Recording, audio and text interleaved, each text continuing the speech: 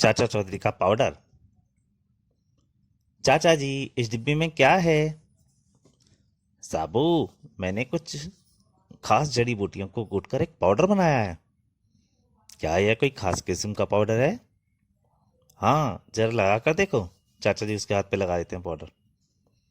लगाते खुजली मच जाती। ओहो, यह पाउडर लगाते ही हाथ पर खुजली होने लगी है। हा हा हा, मुझे पता था। इस खुजली को मिटाने वाला तेल भी सिर्फ मेरे पास है। लो, हाथ पर थोड़ा सा लगाओ। हाँ, अब कुछ चैन मिला। किसी बच्चे के हाथ ये पाउडर न लग जाए, इसलिए इस अलमारी में रख देता हूँ। तभी चाचा देख बार आती है, चाची आती है। अरे पता है, भागिन ताइन के घर शादी में जाना है।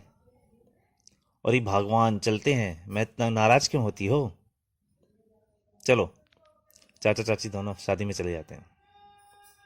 तभी मैंने अभी चाचा चौधरी और उसकी पत्नी को घर से जाते देखा, लेकिन वे घर को खुला छोड़ गए हैं। चाचा चौधरी के बारे में मशहूर है कि वे अपने घर को कभी ताला नहीं लगाता। यह तो बड़ी अच्छी बात है। आओ, आज इसके घर की थोड़ी सी सफाई कर दें। वाह, अलमारी और नकदी जेवरों से भरी पड़ी है। एक पाउडर की डिब्बी भी है, इसे भी उठा लो। दोनों निकल जाती हैं बैग लेके। बैग भर गया है, उनके वापस लौटने से पहले खिसक लो। दोनों सबसे पहले यह खुशबूदार पाउडर लगाकर जरा चेहरे की रौनक बढ़ाएं। उधर वापस लौटने पर चाचा जी वापस पहुंचते हैं। ओहो, अलमारी खुली पड़ी है, सारे पैसे और जेवर चोरी हो गए। चाचा जी आराम से बैठ जाते हैं। अरे, घर में चोरी हो गई है और तुम्हारे कान पर चींटी तक नहीं रेंग रही है। भगवान, हमारा माल अपने आप सारा वापस आ जाएगा। अरे, कभी चोरी गया माल भी वापस आता है। तभी वो दोनों चोर औरतें आती हैं। आपकी सारी नकदी और जेवर इस बैग में है, इन्हें लौटाने आए हैं। चेहरे खुजलाते खुजलाते लहुआ हो गए, कोई खास उपाय बताइए। लो, यह खुजली मिटाने वाला तेल लगाओ। भगवान, मैंने कहा था ना कि माल वापस आ जाएगा। दोस्तों, कॉमिक अभी जारी है, लेकिन मेरी आपसे एक प्रार्थना है कि अगर आप चाहते हैं कि मेरी कॉमिक आपको सभी कॉमिक नई कॉमिक टाइम से मिलती रहें और कोई भी कॉमिक मिस ना हो, तो कृपया बेल आइकॉन पे घंटी दबा के उस नोटिफिकेशन को जरूर ऑन कर लें, ताकि मेरी कोई भी कॉमिक आपसे मिस ना हो। बस इतना ही। अब कॉमिक जारी है। राजा झाकू। जम्मू प्रदेश का राजा झाकू।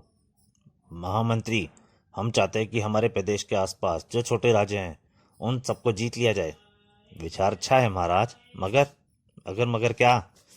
हमें दूसरे राज्यों को जीतने के लिए बहुत ही कुशल रक्षा मंत्री की जरूरत होगी, जो इस योजना को कामयाबी के साथ पूरा कर सके। तुम्हारी निगाह में कोई ऐसा आदमी है? भारत का चाचा चौधरी। चाचा चौधरी ही क्यों? क्योंकि सुना है उसका दिमाग कंप्यूटर से भी तेज चलता है।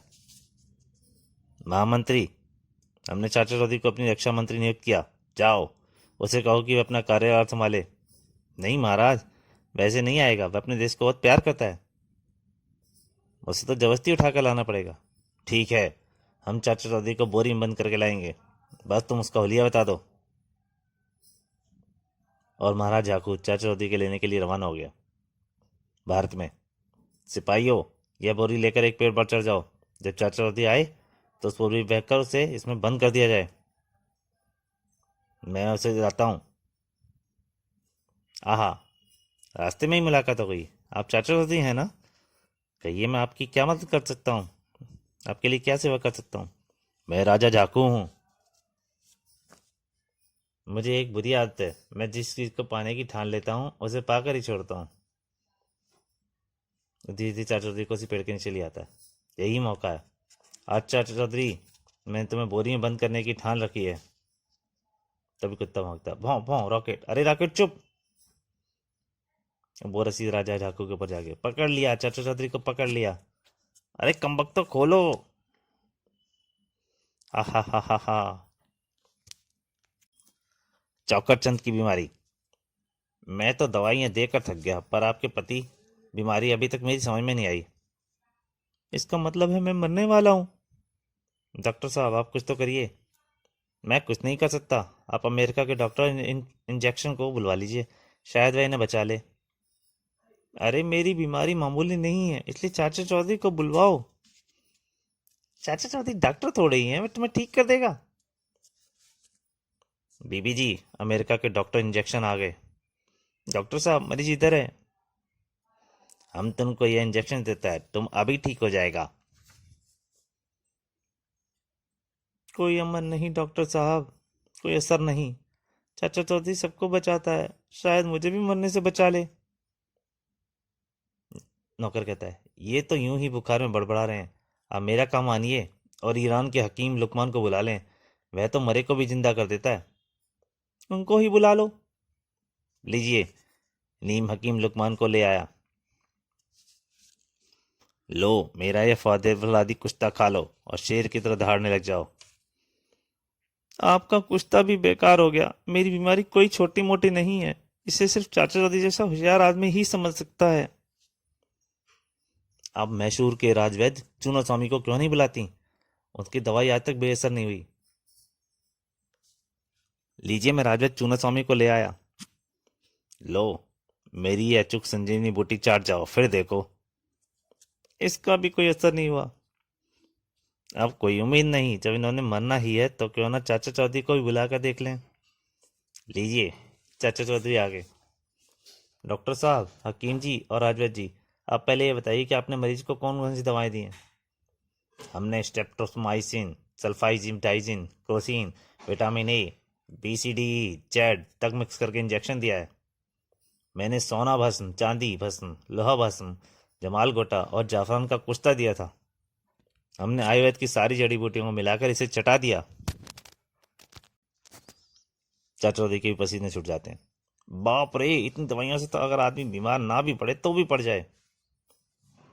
लो भाई चौकरचंद, मेरी ये गोली पानी के साथ निकल जाओ और फिर 4 मील दौड़ता कर आओ, यही मेरा इलाज है। लो, गोली तो निकल ली, अब दौड़ कर रह गई है। अरे, वह तो सच में घोड़े की तरह दौड़ने लगा। चाचा, आपने ऐसी कौन सी दवा दी जिससे जादू का असर किया? मैंने उसे कोई दवा नहीं दी, सिर्फ एक गुड़ की गोली दी। वास्तव में बीमार था ही नहीं, केवल उसके दिमाग में भ्रम था। उसे एहसास था कि उसे सिर्फ मैं ही ठीक कर सकता हूँ, इसलिए उन दवाइयों ने उस पर असर नहीं किया। कभी कभी दवाइयों से ज़्यादा असर मनोविज्ञान करता है। तो दोस्तों, ये कहानी यहीं पे समाप्त। प्लीज़ अच्छी लगी हो तो लाइक कीजिए और ज़्यादा से ज़्यादा शेयर कीजिए, ताकि ये वीडियो ज़्यादा से ज़्यादा बढ़ सके और बाकी लोग भी इस वीडियो को देख सकें। धन्यवाद।